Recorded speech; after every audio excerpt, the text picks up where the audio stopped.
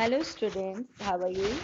आज हम ब्लॉक 19 पढ़ेंगे और पाठ 19 की जो पहली पाठ योजना है उसमें हम मुख्य विचार और मुख्य विवरण के बारे में पढ़ेंगे। और इसमें आपके मुख्य शब्द हैं मुख्य विचार, विवरण। बच्चों, इस पाठ योजना को पढ़ने के बाद आप लोग मुख्य विचार से जुड़े मुख्य विवरणों के बारे में बता पाएंगे। तो बच्चों, आप मुझे ये बताओ कि अखबार पढ़ने के क्या क्या फायदे होते हैं। पता है आपको कुछ? अखबार पढ़ने से हमें देश और दुनिया के बारे में जानकारी मिलती है। फिल्मी दुनिया, खेल जगत आदि के बारे में भी पता चलता है। तो आज हम पहले पाठ को पढ़ेंगे, फिर उसके मुख्य विचार और मुख्य विवरण का पता लगाएंगे। तो बच्चों, आपने क्या करना है कि आपने पहले अखबारों की खबर को हरप्रीत ने सुबह से लेकर समाचार बना सकते हैं तक पढ़ना है। उसके बाद जहां तक आपने पढ़ा है वहां तक पाठ में आए दो मुख्य विचारों पर गोला लगाएं और उनके दो मुख्य विवरणों के नीचे रेखा खींचनी है आपको। तो पहले अनुच्छेद को पूरे हाव भाव के साथ हमने पढ़ना है और उसका मुख्य विचार और मुख्य विवरण ढूंढना है। जैसे मुख्य विचार, अखबारों में हमारे विद्यालय में हुए समारोह के समाचार भी होते हैं। और मुख्य विवरण क्या है कि अचानक उसकी नज़र समाचार पत्र में छपी एक खबर पर पड़ी तो वह खुशी से उछल पड़ी। यह खबर उसके विद्यालय के बारे में थी।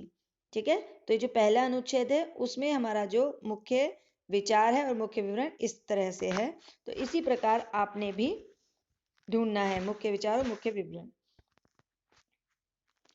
और बच्चों, इसके लिए हम क्या कर सकते हैं कि इस तरह से आइडिया ले सकते हैं यहाँ से कि मुख्य विचार और मुख्य विवरण है। मुख्य विचार किसी भी अनुच्छेद में बताई जाने वाली मुख्य बात और मुख्य विवरण है मुख्य विचार से जुड़ी अन्य जानकारी। इसके बाद जो प्रश्न है वो ये है कि स्वयं द्वारा पाठ में छाटे गए मुख्य विचार एवं मुख्य विवरणों को आपने बताना है। जैसे कि मुख्य विचार क्या है, खबर को समाचार भी कहते हैं। और मुख्य विवरण, ये खबरें या समाचार छोटे बड़े शहरों में रहते हैं। और दूसरा क्या है कि मुख्य विचार, दिन भर की घटनाओं की सूचना हमें समाचार पत्र में खबर के रूप में मिलती हैं। और मुख्य विवरण क्या है कि वे दिन भर की घटनाओं डैश समाचार पत्र बनकर तैयार होता है। तो यहाँ पे ये ऊपर 1 और 2 पॉइंट में इसका उत्तर है। बच्चों, फिर जो दूसरा प्रश्न है वह यह है कि सामान्य विशेषण में मुख्य विचार क्या होता है। हम मुख्य विचार के आधार पर मुख्य विवरण का पता कैसे लगाते हैं। तो इसका जो उत्तर है वो देखिए कि मुख्य विचार ज्यादातर अनुच्छेद के शुरुआत में ही होता है, यानी पहली लाइन में ही होता है, या किसी अनुच्छेद में जो मुख्य बात बताई जाती है वही उसका मुख्य विचार होता है। जैसे अखबारों में हम तरह तरह की खबरों को पढ़ते हैं, उस मुख्य विचार से जुड़ी अन्य जरूरी जानकारियां उसका मुख्य विवरण होती हैं। जैसे लोग सुबह सुबह चाय का आनंद लेने के साथ साथ देश विदेश में हुई घटनाओं की जानकारी घर बैठे ही अखबार पढ़कर ले लेते हैं। तीसरा जो प्रश्न है वह यह है कि अखबारों की खबर पाठ का मुख्य विचार क्या है। पूरे पाठ का मुख्य विचार हम कैसे पता करते हैं। तो इसके लिए देखिए लास्ट में कि अखबारों की खबर पाठ का मुख्य विचार समाचार पत्र का महत्व है। इसे जानने के लिए हम हर अनुच्छेद का मुख्य विचार पता करते हैं, फिर उससे जुड़ी मुख्य बातों को समझते हैं। उसके बाद सभी अनुच्छेदों में जिस विषय पर मुख्य तौर पर बात की जा रही है वह पूरे पाठ का मुख्य विचार होता है। तो बच्चों, इस पाठ योजना को पढ़ने के बाद आप लोगों ने कक्षा कार्य में कार्य पत्र 19.1 करना है और गृह कार्य में आपको पाठ्य पुस्तक में से अभ्यास प्रश्न 4 का उत्तर लिखना है। और इन प्रश्नों के उत्तर आप यहाँ से फिर से पढ़ सकते हो। अब बच्चों, हम पाठ योजना 2 पढ़ेंगे, पाठ 19 की। इसमें जो इस पाठ को पढ़ने के बाद आप लोग किसी अखबार की खबरों को पढ़कर उनसे जुड़ी जानकारियों को छाट पाएंगे। इसके लिए आपने क्या करना है कि देखिए कक्षा में हिंदी का अखबार देखना है आपने और उसमें से कुछ खबरें पढ़नी है, यानी एक अखबार लेना है आपने और उनमें से कुछ खबरें पढ़नी है। तो आप बताइए कि आपने क्या क्या खबरें पढ़ी होंगी उसमें, है ना, ये बताना होगा। तो इसके बाद आप क्या कर सकते हैं कि अपने साथी के साथ अखबारों की खबर पाठ के अगले हिस्से को पढ़ना होगा आपको और उसके बाद यह बताना होगा कि एक अच्छे समाचार में किन किन प्रश्नों के उत्तर होने चाहिए। ठीक है, और किस तरह से आप प्रश्नों को ढूंढेंगे कि किस तरह के प्रश्न पूछ सकते हैं उसमें।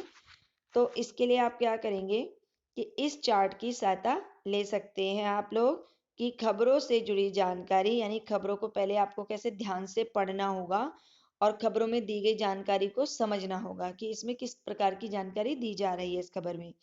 और फिर कुछ सवाल होंगे कि क्या हुआ, कब हुआ, कहाँ हुआ, कैसे हुआ, क्यों, से समाचार की सारी जानकारियां आपको मिल जाएंगी। यानी कि आपको इस तरह के प्रश्न खुद से पूछने होंगे और तब आपको जो उसमें आंसर मिलेंगे वो आपके प्रश्नों के उत्तर होंगे। तो बच्चों इस काम को करने के बाद आप लोगों ने अपने जो भी उत्तर ढूंढे हैं, है ना, कि किस तरह से देख सकते हैं आप कि एक अच्छे समाचार में इन प्रश्नों के उत्तर कर सकते हैं कि कब हुआ, क्या हुआ, कहाँ हुआ, कैसे हुआ, क्यों हुआ, किसने किया। तो इस तरह से आप अपने प्रश्न ढूंढेंगे और फिर उनके उत्तर बताएंगे। दूसरा प्रश्न है कि अखबार की खबरों को पढ़कर उनसे जुड़ी जानकारी को कैसे छांटते हैं। तो इसमें देखिए जो दूसरा पॉइंट है कि पहले तो अखबार की खबरों को ध्यान से पढ़कर उसे समझते हैं, उन खबरों में क्या बताया गया है और किस बारे में जानकारी दी गई है उसके बारे में जानने की कोशिश करते हैं। कुछ सवालों जैसे क्या, कब, कहाँ, कैसे, क्यों, किसने आदि के माध्यम से हमें समाचार के बारे में सभी जानकारियां मिल जाती हैं। तो बच्चों जो हमने चार्ट किया था ना, उस चार्ट से सेकंड क्वेश्चन का आंसर हमें मिल जाएगा, इसी के आधार पर है। फिर जो हमारा थर्ड प्रश्न है, यानी कि तीसरा प्रश्न है उच्च स्तरीय विश्लेषण का, कि समाचार पत्र में खबरों को अधिक रोचक कैसे बनाया जा सकता है। तो इसके लिए देखिए लास्ट पॉइंट कि समाचार पत्र में खबरों को अधिक रोचक बनाने के लिए घटना से संबंधित तस्वीरों को डालकर उसके प्रभाव के बारे में बताकर मुख्य अतिथि द्वारा कही गई बातों का उल्लेख करके हम उसे रोचक बना सकते हैं। तो अगर कभी आपने अखबार पढ़ा होगा तो उसमें देखा भी होगा कि अगर कोई चित्र लगाकर उस खबर को बताया जा सकता है तो चित्र लगा होता है, हम उससे समझ जाते हैं, या किसी खबर से क्या प्रभाव पड़ रहा है वो देखकर समझ जाते हैं, या फिर किसी में आता है कि कोई मुख्य अतिथि आया उसने क्या क्या बोला है, इस चीज को का उल्लेख होता है और वो उससे और भी इंटरेस्टिंग बन जाती है खबर, है ना। तो इस पाठ्य योजना को पढ़ने के बाद आप लोग कक्षा कार्य में कार्यपत्र 19.2 करेंगे और गृह कार्य आप पाठ्य पुस्तक में से अभ्यास प्रश्न 1, 2, 3 के उत्तर लिखेंगे।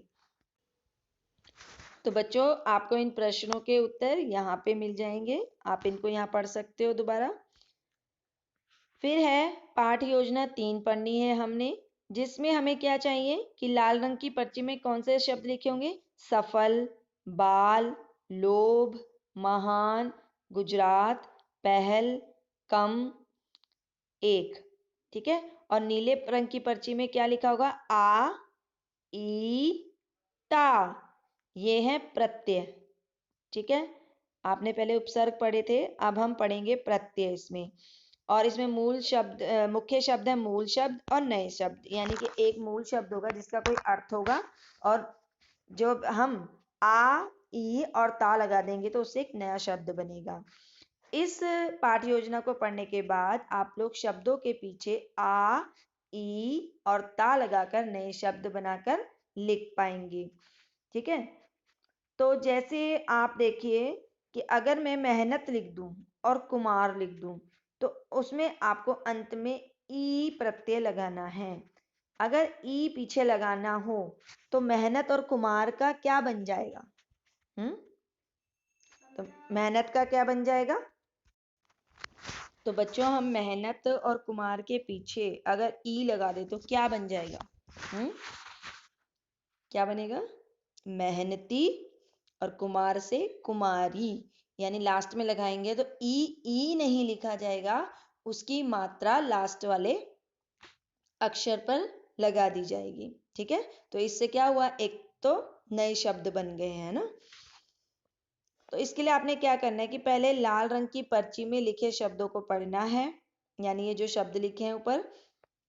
फिर नीले रंग की पर्ची को खोलना है जिसमें लिखे वर्णों को पढ़ना है। उसके बाद नीले रंग की पर्ची में लिखे शब्दों के अंत में आ, ई और ता वर्णों को जोड़कर कुछ नए शब्दों को बनाना है। शब्दों को अपनी उत्तर पुस्तिका में लिखना है।